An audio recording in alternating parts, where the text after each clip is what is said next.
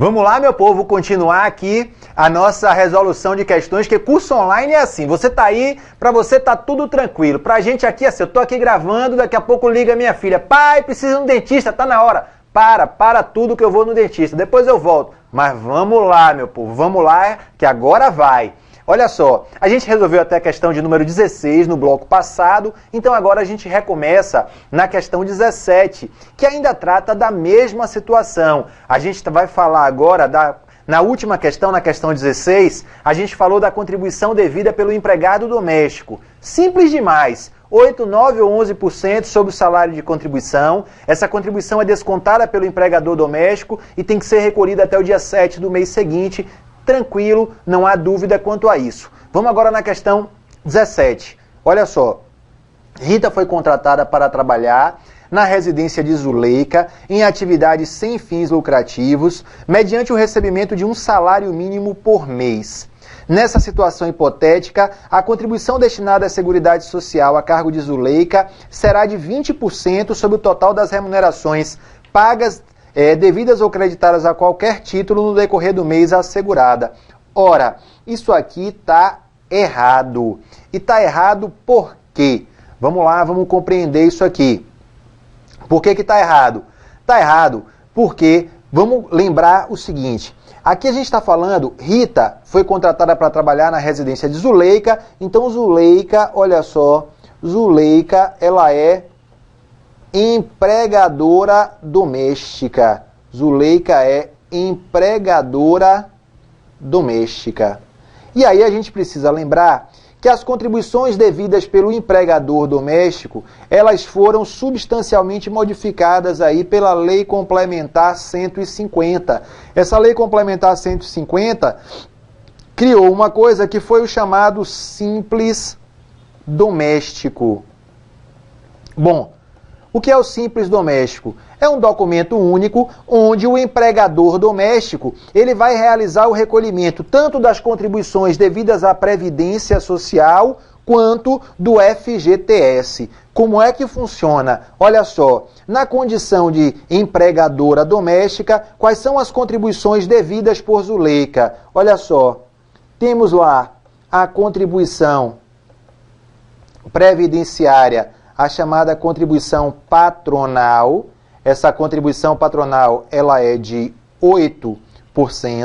A gente sabe que a partir da Lei Complementar 150, os empregados domésticos também passaram a fazer jus aos benefícios acidentários. Então o empregador agora vai ter que pagar também uma contribuição para o SAT-RAT, aquela contribuição que serve exatamente para financiar os benefícios acidentários. Essa contribuição tem a alíquota de 0,8%. Essas são as contribuições previdenciárias, olha só, essas são as contribuições previdenciárias devidas pelo empregador doméstico. Além delas, ele vai ter que recolher no mesmo documento, não é isso?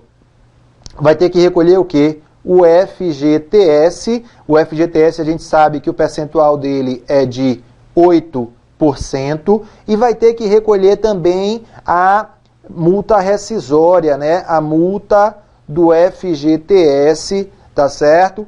Cuja alíquota vai ser de 3,2%. Então, no total, quanto é que o empregador doméstico vai ter que recolher? Vai ter que recolher 20%. Mas observe, desses 20%, nem tudo é contribuição previdenciária. As contribuições previdenciárias são somente o quê? 8,8%. Por quê? Porque os 8% são FGTS, os demais 8% são FGTS e 3,2% é a multa do FGTS. Tranquilo? Então, a questão está errada quando diz que a contribuição destinada à Seguridade Social a cargo de Zuleika será de 20%. Não. Será de quanto? Será de 8,8%. Obviamente, além de recolher tudo isso aqui, Zuleika, eu vou botar aqui para que a gente não esqueça, ela vai ter que recolher também o quê?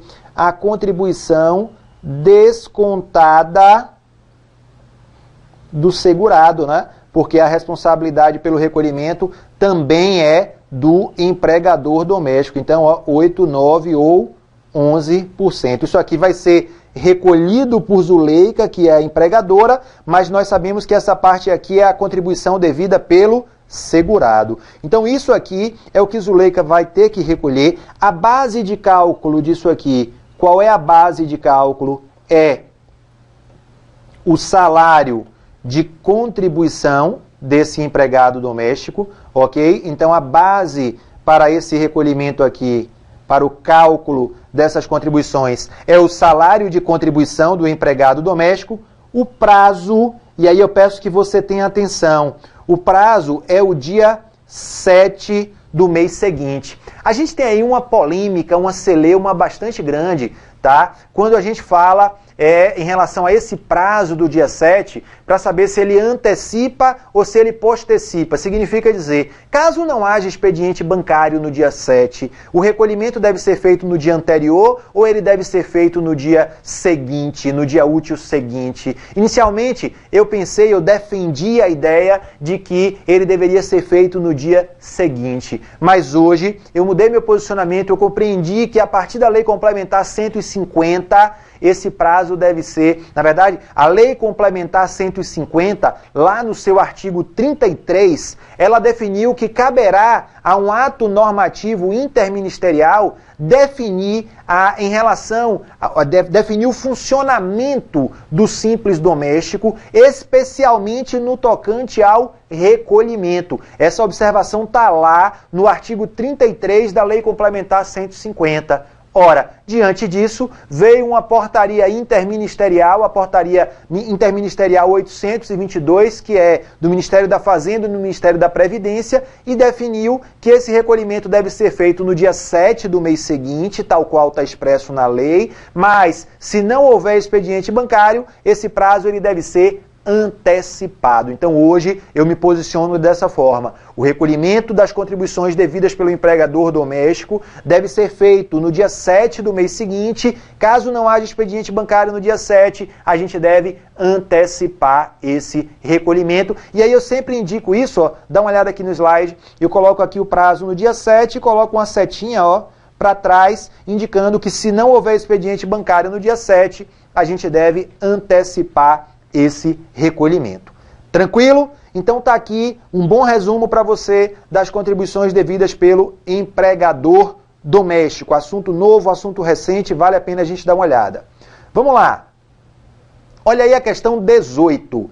A questão 18, ela trata do conceito de empresa. E aí, para respondê-la, primeiro vamos lá, no enunciado. A Lei número 8.212, que institui o plano de custeio da Seguridade Social, distingue as pessoas que são consideradas empresas daquelas que se equiparam a empresas. Entre as que se equiparam à empresa encontram-se, olha só, questão que eu considero difícil. Difícil por quê? Porque para respondê-la, você tem que conhecer a exata redação do artigo 15 da Lei 8.212. Por quê? Porque é esse artigo que traz o quê? A definição de empresa para fins previdenciários. Ou seja, quando a lei fala em empresa, o que é que ela está exatamente querendo dizer? E esse artigo diz o seguinte: considera-se empresa a firma individual ou sociedade que assuma o risco da atividade econômica, urbana ou rural, com fins lucrativos ou não. Então, firma individual significa dizer pessoa física ou sociedade que desenvolva atividade econômica, pode ser urbana, pode ser rural, pode ser com finalidade lucrativa ou não. Além disso, nesse conceito de empresa, a lei inclui também os órgãos e entidades da administração pública direta, indireta e fundacional, tá? Então, os órgãos públicos, as sociedades de economia mista, as empresas públicas, que são essas duas últimas, entidades da administração indireta, as fundações públicas, todas elas integram o conceito de empresa. Mas lá, no parágrafo único desse artigo 15, a lei também fala das entidades que são equiparadas à empresa. E aí a lei vai dizer o seguinte, dá uma olhada, ó, quem é que ela vai equiparar à empresa? Então, olha só, equiparadas à empresa. Aí o melhor seria dizer equiparados à empresa. Vamos lá, equiparados à empresa. Quem é que está lá equiparado à empresa? Olha só, o contribuinte individual em relação ao segurado que lhe presta serviço.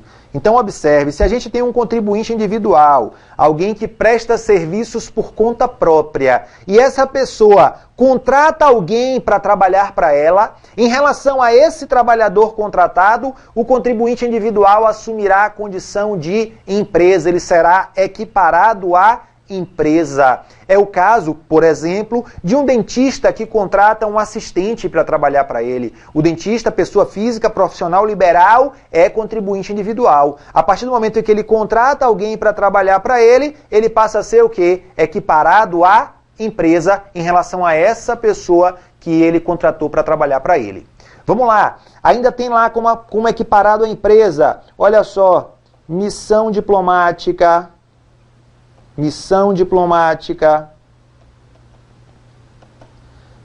repartição consular, que mais?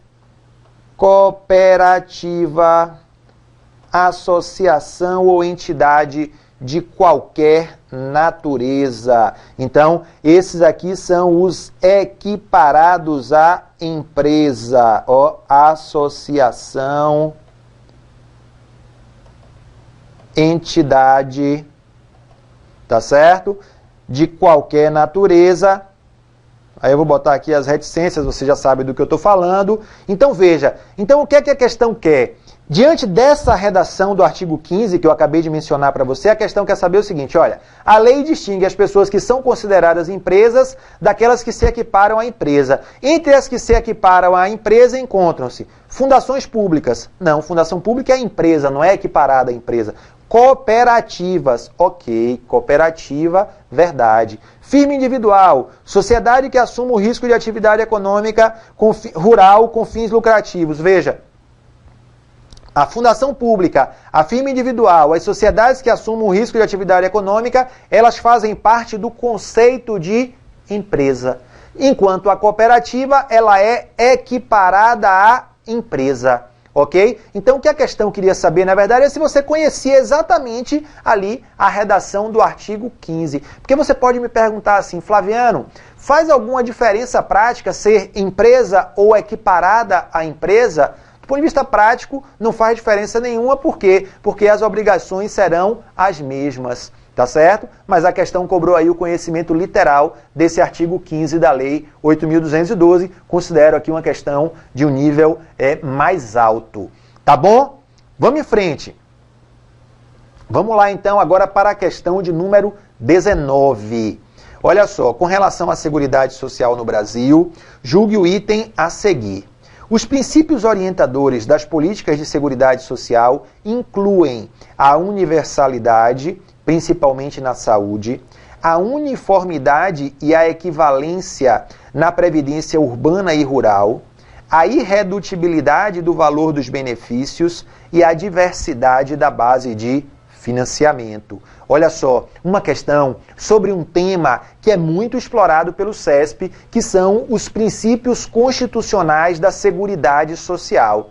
Para você estudá-lo, a base para esse estudo é o artigo 194 da Constituição. E eu sempre recomendo, gente, o seguinte, sobre esse tema, princípios da Seguridade Social, o CESP, ele cobra tanto aquelas questões literais que cobram mesmo o conhecimento daquilo que está escrito ali no artigo 194, principalmente, mas ele também faz questões mais abertas, questões onde ele vai contar alguma historinha, onde ele vai emitir alguma opinião. Por isso eu acho que esse tema, princípios da Seguridade Social, vale a pena, é muito interessante que você dê uma lida em algum livro, em um ou mais livros de direito previdenciário, para você se familiarizar um pouco com as opiniões da doutrina dos pensadores do direito previdenciário a respeito desse tema, tá certo? Vamos lá, dá uma olhada nessa questão aqui, que você vai entender um pouco melhor isso que eu estou acabando de dizer. Observe, a questão, ela foi considerada correta pelo CESP. Como eu disse, esse tema está lá no artigo 194 da Constituição. Então vamos lá. No artigo 194, olha só, ele trata dos objetivos ou princípios da Seguridade Social. E é exatamente isso que causa alguma dúvida na interpretação da questão. Porque, observe, os princípios são da Seguridade Social. Aí ele vem, universalidade, olha o que ele afirma, ó, universalidade, aí ele diz assim, principalmente na saúde. Observe, o princípio da universalidade, ele é da Seguridade Social. Portanto, é válido tanto para a saúde, quanto para a assistência social, quanto para a previdência. Mas é inegável que dentro da Seguridade Social, o princípio da universalidade, ele se, digamos assim, ele tem força maior ou ele se mostra mais presente na saúde. Por quê? É só você dar uma lida no artigo 196 que você compreende o que eu acabei de falar. Porque lá está dito o seguinte, ó, saúde é direito de todos e é dever do Estado. E esse artigo 196 também fala em acesso universal e gratuito. Portanto, sem dúvida, dentro da Seguridade Social, a saúde é aquele segmento que se revela, digamos assim, onde essa universalidade se mostra de modo mais amplo. Ok? Por isso que, para mim, está absolutamente correto quando ele diz universalidade, principalmente na saúde. Aí ele prossegue, e aí essa segunda afirmação causa até um pouco mais de dúvida. Dá só uma olhada. A uniformidade e a equivalência, aí ele diz assim, ó, na previdência urbana e rural. E aí muita gente me diz assim, mas Flaviano, o princípio não é da Seguridade Social? Por que essa questão liga o princípio da uniformidade e equivalência à Previdência Social? Ora, mais uma vez eu digo a você, de fato o princípio é da Seguridade Social. Mas é só você dar uma lida em qualquer livro de direito previdenciário que você vai perceber o seguinte, olha, por que existe esse princípio na nossa Constituição? Porque antes da Constituição de 88, existia uma diferença muito grande entre a Previdência Urbana e a Previdência Rural. A Previdência Urbana começou no Brasil em 1923, com a Lei Eloy Chaves. A Previdência Rural só foi começar 40 anos depois, em 1963, quando foi criado lá o Fundo Rural. Observe, só esses 40 anos já demonstram a diferença no desenvolvimento da Previdência Social urbana e rural. Além disso, quando foi criada em 1963, a Previdência Rural, ela era, digamos assim, muito mais simplória do que a Previdência Urbana. Ela oferecia poucos benefícios, ela não exigia contribuições do trabalhador rural, os benefícios tinham um valor bastante inferior aos benefícios da Previdência Urbana. Eram benefícios ali até de meio salário mínimo. E foi exatamente, digamos assim, voltada para essa situação que a Constituição colocou lá como princípio a uniformidade e equivalência. Ou seja, o que é que a Constituição queria? Ela queria pôr um fim àquela diferença histórica entre a Previdência Urbana e a Previdência Rural. Por isso me parece absolutamente correto quando a questão fala em uniformidade e equivalência na Previdência Urbana e Rural. Tranquilo? Não que o princípio esteja restrito à Previdência, mas sem dúvida ele se mostra mais forte ou mais presente na Previdência Social. Ok? E por fim, a questão fala em irredutibilidade do valor dos benefícios e fala em diversidade da base de financiamento. Aqui a gente não tem muita dúvida, por quê? Porque é a letra da Constituição. Se você consultar lá os incisos do parágrafo único do artigo 194, você verá que esses são dois princípios da Seguridade Social que estão lá previstos no texto constitucional. Tá certo? Questão 19, portanto, ela está correta. Vamos lá para a questão de número 20. Conforme a Lei Orgânica da Seguridade Social, a Seguridade Social possui, entre seus princípios e diretrizes, a irredutibilidade do valor dos benefícios e, como forma de garantir esse preceito, o seu financiamento deve ser realizado por duas fontes: receitas da União e contribuições sociais das empresas empregadoras. Ora, gente, questão tranquila, ela considera uma questão simples, ela está errada. E por que eu digo que é simples? Ora, como é que é feito o financiamento da Seguridade Social? Bora lá, artigo 195 da Constituição. É ele que trata do financiamento da Seguridade Social. Bom, como é que é feito esse financiamento? Ora, esse artigo 195 diz que esse financiamento é feito de duas formas. Tem o financiamento indireto, e esse financiamento indireto é feito de quê? Com base em quê? Com base em recursos dos orçamentos, né? Recursos dos orçamentos da União, Estados, DF e municípios. Então, uma parte dos recursos orçamentários aí de todos os entes federativos será aplicado na Previdência Social. Uma parte das receitas tributárias obtidas aí pelos municípios, pelos estados, pela União, vai ser aplicada na Seguridade Social. E a gente tem ainda o financiamento direto. E esse financiamento direto é feito pelo recolhimento das chamadas contribuições de Seguridade Social. Tá certo? Um ponto importante, esse artigo 195 diz que esse financiamento da Seguridade Social, ele deve ser feito o quê? Olha só, feito por toda a sociedade, de forma direta e indireta. A forma indireta, como a gente já viu, é a partir de recursos dos orçamentos da União, Estados, DF e municípios, e a forma direta é por meio do recolhimento de contribuições de Seguridade Social. Mas vem cá, quais são essas contribuições de Seguridade Social? Elas estão previstas lá no próprio artigo 195, que fala em contribuição devida pelas empresas, empregador, empresas e entidades equiparadas, que vai recolher contribuição com base em quê? Com base na folha de salários, folha de salários e demais rendimentos do trabalho. Vai recolher contribuição com base no faturamento ou receita. Vai recolher contribuição com base no lucro. Temos ainda a contribuição devida pelo trabalhador, contribuição sobre receita de concursos de prognóstico, né, que são as loterias, né, todos os tipos de jogos lícitos, enfim. E também contribuições devidas pelo importador. Então essas são as contribuições de Seguridade Social que estão previstas lá no artigo 195. Então, de cara, a gente já pode ver o quê?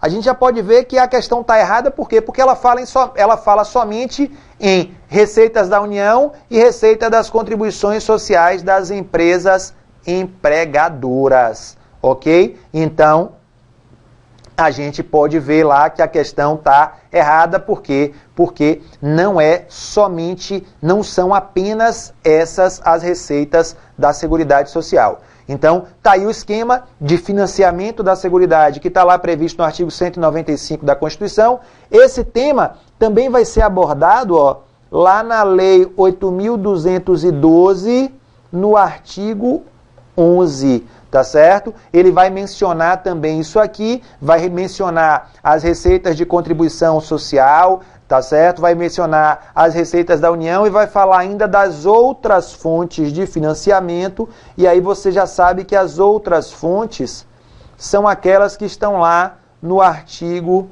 27 da Lei 8.212, que é o quê? São as receitas obtidas com pagamento de juros e multa, aqueles 40% da receita dos leilões realizados pela Receita Federal, 50% dos leilões realizados na forma do parágrafo único do artigo 243 da Constituição, 50% da receita do DPVAT, né, que é o seguro obrigatório de veículos. Tudo isso aí vai constituir também o quê? Outras fontes da Seguridade Social, conforme está previsto lá no artigo 27 da Lei 8.212. Então, procurei te dar aqui um panorama rápido do funcionamento do financiamento da Seguridade Social, para que você possa, com tranquilidade, entender por que essa questão de número 20 ela está errada. Beleza?